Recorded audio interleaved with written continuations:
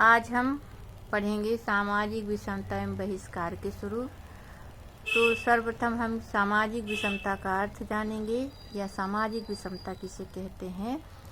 तो समाज में यदि देखें या देखा जाए तो हमें सभी क्षेत्रों में सामाजिक विषमता तथा बहिष्कार दिखाई देता है।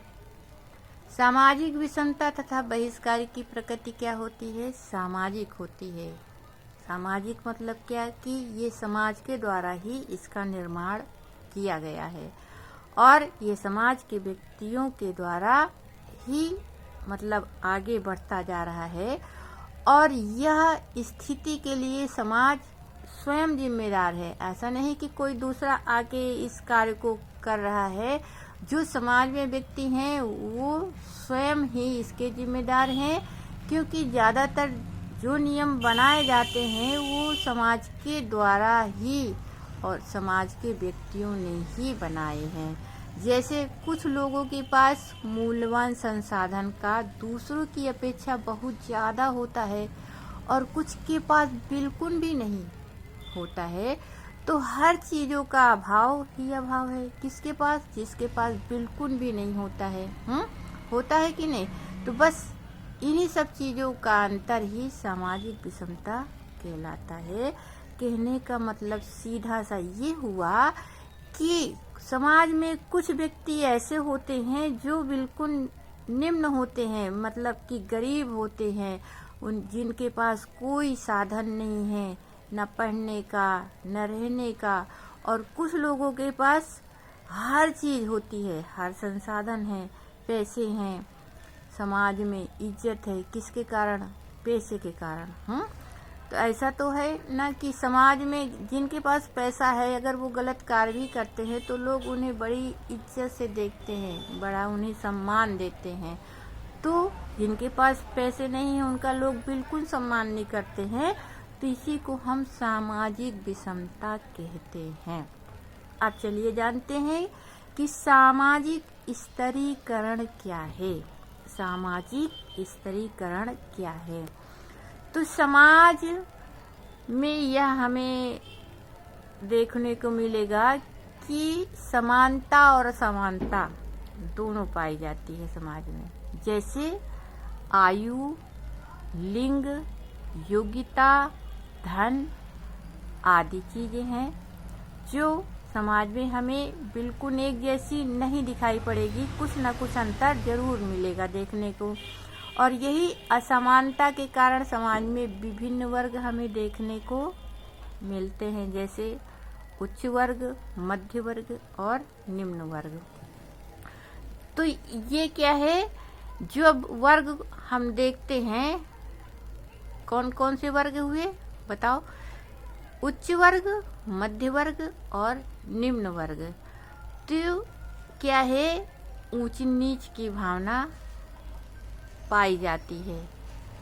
इन वर्गों के अंदर हमें ऊंच नीच की भावना देखने को मिलती है और इसी ऊंच नीच की भावना के आधार पर जब हम व्यक्तियों की वर्गीकरण करते हैं, वर्गीकरण का मतलब ये हुआ कि जब हम व्यक्तियों की गणना करते हैं, कौन सा व्यक्ति कितने पैसे वाला है, किस व्यक्ति के पास खाने की भी चीज़ें नहीं है और कौन कौन सा मतलब व्यक्ति ऐसा है, मतलब समाज में कौन सी फैमिली कैसी है, क्या है, कौन क्या करता है, किसके घर में कितने सदस्य हैं, काम करने वाले कितने नहीं काम करने वाले हैं।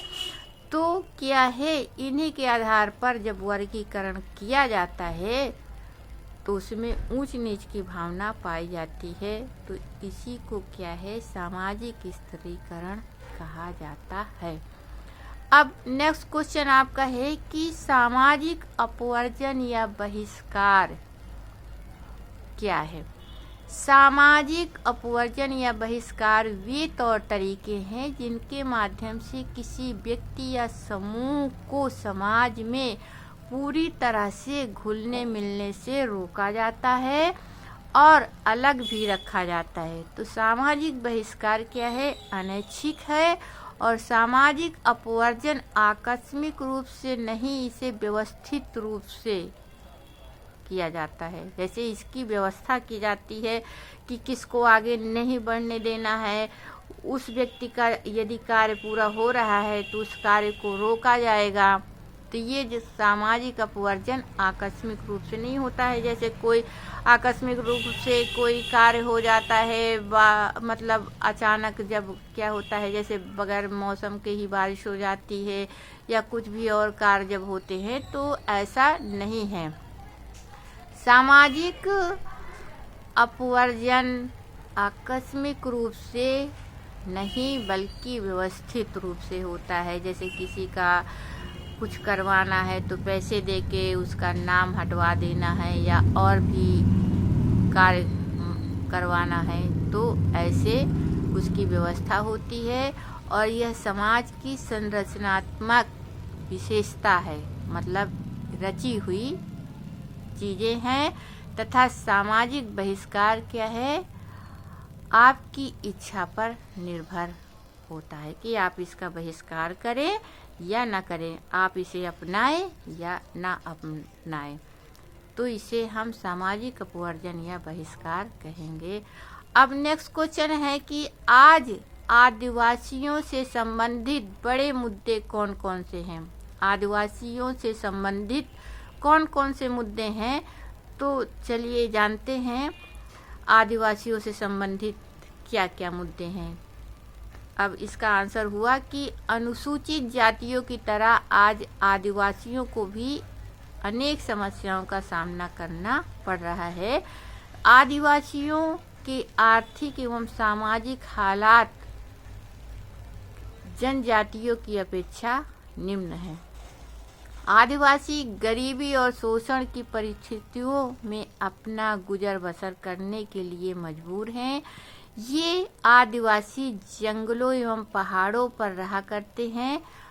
स्वतंत्रता प्राप्ति के बाद सरकार कुछ नीतियों के परिणाम स्वरूप इनको अपनी भूमि से भी अलग कर दिए और ये बेचारे अपनी भूमि से भी अलग हो गए, जिससे इनकी समस्या और भी बढ़ गई। तो ये क्या है, आदिवासियों की संबंधित मुद्दे हैं। तो इन्हें सरकार आगे बढ़ाने के लिए और भी नियम बना रही है, साथ ही साथ इनका ध्यान दिया जा रहा है ताकि ये जो आदिवासी हैं और आगे बढ़ सके। अब एक नेक्स्ट क्वेश्चन है कि हम यह किस अर्थ में कह सकते हैं कि असक्षमता जितनी शारीरिक है उतनी ही मानसिक है। ये क्वेश्चन मोस्ट इम्पॉर्टेंट है, इसे आप खूब ध्यान से सुनिएगा। असक्षमता जितनी शारीरिक है उतनी ही मानसिक है, किस अर्थ में हम ये कहेंगे? तो आइए चलिए जानते हैं कि असक्षम लोग केवल इसलिए असक्षम नहीं होते हैं कि वे शारीरिक और मानसिक रूप से बाधित होते हैं। एक तो पहली बात, वो शारीरिक और मानसिक रूप से खुद ही परेशान है, बल्कि सामाजिक दृष्टि से वो अक्षम माने जाते हैं।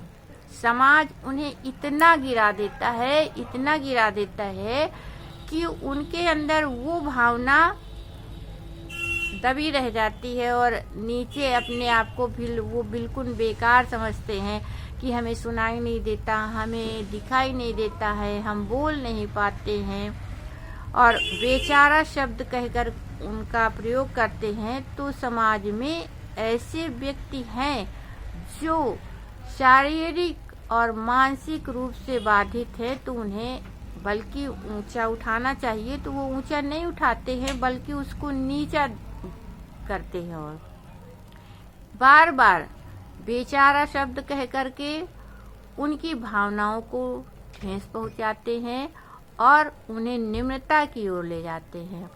तो ये असक्षमता के लिए उनकी हीनता और भाग्य को जिम्मेदार ठहराया जाता है तथा जो बेचारा शब्द का प्रयोग किया जाता है तो उसे और दबा देते हैं। उसकी जो मतलब आगे बढ़ने की इच्छा होती है तो वो बिल्कुल और अपने आप को हीन भावना की दृष्टि से देखता है और कोई भी कार्य को करने में उसका मन नहीं लगता है कि समाज मुझे ऐसा कह रहा है या मैं कार्य करूँगा तो मुझे लोग क्या सोचेंगे।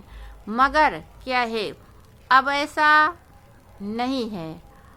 असक्षम व्यक्ति के प्रति आधुनिक दृष्टिकोण मतलब लाया गया है। उन्हें विकलांग मानकर उपेक्षित नहीं किया जाता है, बल्कि उन्हें एक सक्षम वर्ग के रूप में जाना जाता है। और असक्षमता के साथ गरीबी का एक घनिष्ठ संबंध है। इसका मुख्य कारण यह है कि इस वर्ग को जीविका उपार्जन के समान अधिकार प्राप्त नहीं है। मगर वर्तमान समय में असक्षम व्यक्तियों की स्थिति में सुधार के लिए प्रयत्न एवं संघर्ष हो रहे हैं और विकलांगों ने भी बहुत मेहनत और संघर्ष किया है और कर रहे हैं। सरकार द्वारा भी इस दिशा में कार्य किए जा रहे हैं ताकि जो व्यक्ति असक्षम है और विकलांग है उनको और आगे बढ़ाया जाए, ये समाज में और आगे बढ़ते जाएं और इनकी स्थिति में सुधार हो।